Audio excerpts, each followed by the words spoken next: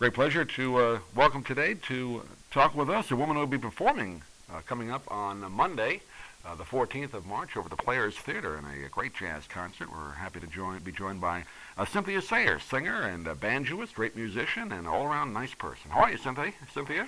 I'm doing fine, thank you. You are a nice person, and we talked briefly on the phone, and I saw your show last year at the Players Theater, so it's kind of a return engagement again, isn't it? Yes, they were kind enough to offer me, after last year's successful concert, they offered me to come back annually, and I was delighted with this because my parents live in Sarasota, and I want every reason that I can to go down and visit, aside from it just being a nice place to go. That's right. I think you mentioned that last year. Your parents have been down here. Have they been down here a long time, or?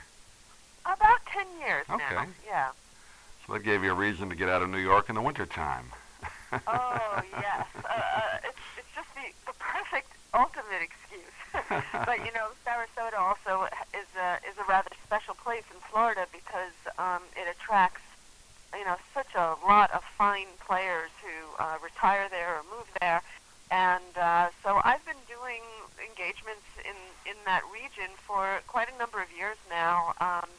And it's a privilege because I get to work with all these wonderful players there. You've got great local talent, and it's always fun. It's a great musical experience to be able to work in your area. Yeah, when I first came down, I grew up just outside the city in Long Island and came down here and found the Sarasota Jazz Club, which, as you said, just had all these great artists at the time. I mean, you had a guy like Bobby Haggart and of course, Dick Hyman lives down in this area. You've worked with him, and so many great guys. Yes, Bobby Rosengarten was another one. I mean, in February, and that was wonderful. I haven't had a chance to work with him in many years, so that was a real special treat.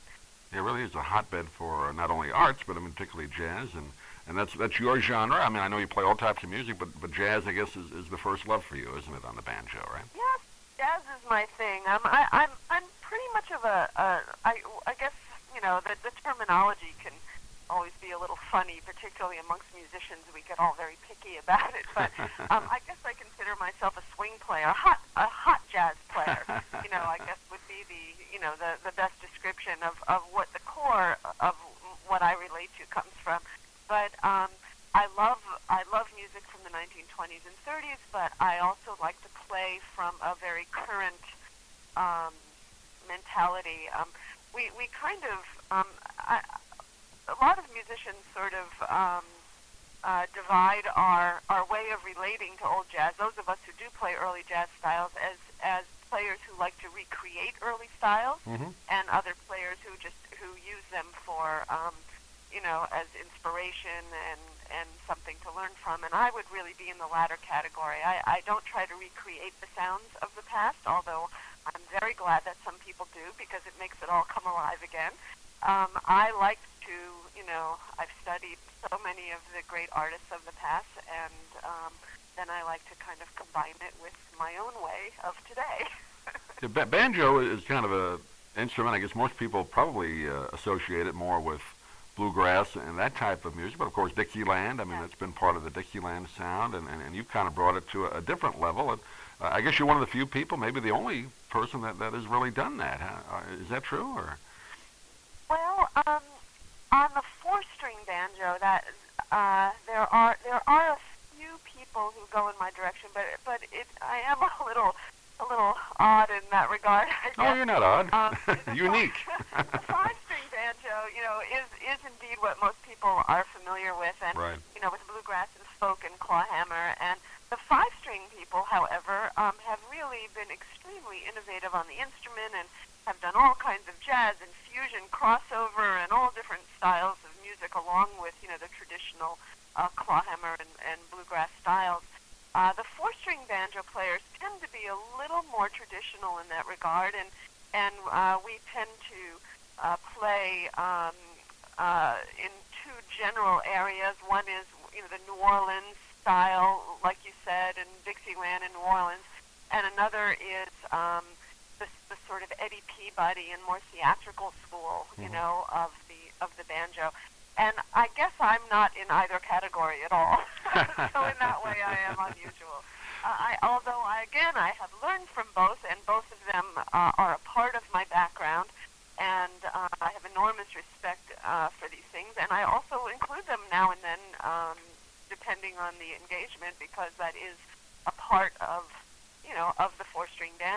I guess one of my main agendas has evolved over the years, which is to show the most broad possible range of the four-string banjo, because that's what gives me the opportunity to play as many different kinds of music as possible, which is fun for me. Now, is there a big difference, obviously, in the number of strings you mentioned, but between a 5 and a 4, is it more of a challenge to get that jazz played on the 4-string, or what's the biggest difference? Oh, yes, you had so much harder. No, I'm kidding. It's just different, you know. The 5-string players will use finger picks and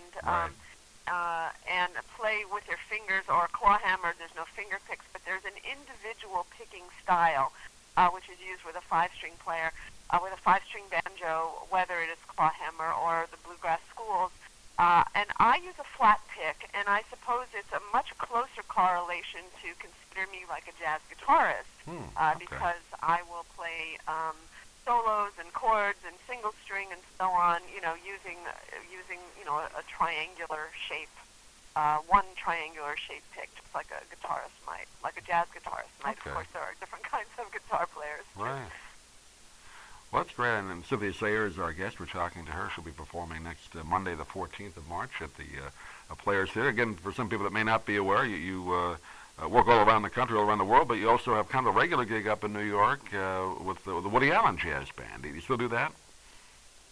Well, you know, I was a full-time member of the band for over 10 years, and I actually left the band a few years ago, and now I work with them as a fill-in, as a sub, which suits my travel schedule much better. So I still get to enjoy being a part of the band, yet I'm not there all the time anymore. And I love it. And actually in that band, not all the time, but most of the time I'm playing piano, not banjo. Once in a while once in a while I'll play banjo with the band. So it's extra fun for me, you know, to get to play old-style jazz on the piano. Now, Woody, he plays... he's very much into an early New Orleans style, a very particular early New Orleans style. He emulates a player named George Lewis, and he likes to play, you know, this is for anyone out there who's into all this history, Long Johnson and George Lewis style material. So it's very raw, very funky, and I really enjoy it. It's a lot of fun to play that music. And it's a regular Monday night gig, I guess. He's been doing that for years, yes, right? At the Carlisle Hotel. Oh, Cafe Carlisle. And it's kind of a big night out there. So you gotta bring a fat wallet when you go to that room. But, yes, I've heard. Yeah. Well, Cynthia, give a little taste of what the folks are going to see next Monday when you come down. I know you have a couple of people working with you too, don't you? Oh, yes. I'm going to be working with Bob Switzer, a wonderful trumpet player from your region, and also Mark Neuenschwander, a great string bass player. And I have worked with both of these guys numerous times when I've been playing in Florida. I think they're both awesome players, and they're nice people, and so it's always a blast to get to work with them. I'm really looking forward to it. Yeah, that should be a great night. It starts 8 o'clock, right, Cynthia, at the Players? That's right. And I believe you give out a website or a number, Cynthia, if people want to get tickets. Do you have that available, or if not, we can post that? Oh, yes. Let me, oh boy, I should have had that ready for you. Let's see. Well, the Sarasota Players Theater, I think just playerstheater.org is the website. I have the information right on my own website, which is my name, CynthiaSayer.com, and we'll post it on the piece here. So we'll give the number out for people who want to get tickets as well. But you can also go to CynthiaSayer.com. I would like to mention that already 50% of the house has been sold, so get your tickets soon. Hurry down and get them quick. I'm proud to say. I'm sure you'll be having some home-cooked food, too, with Mom and Dad while you're down. Oh, yes, I definitely will. I'm looking forward to that. Well, that should be great. Well, Cynthia, it's been a pleasure to talk to you, and we look forward to seeing you on the 14th. It's a Monday night of March, 8 o'clock at the Players Theater, and we look forward to seeing you in person and maybe doing an interview again sometime. Thank you so much for having me as a guest on your show, Doug. I really appreciate it.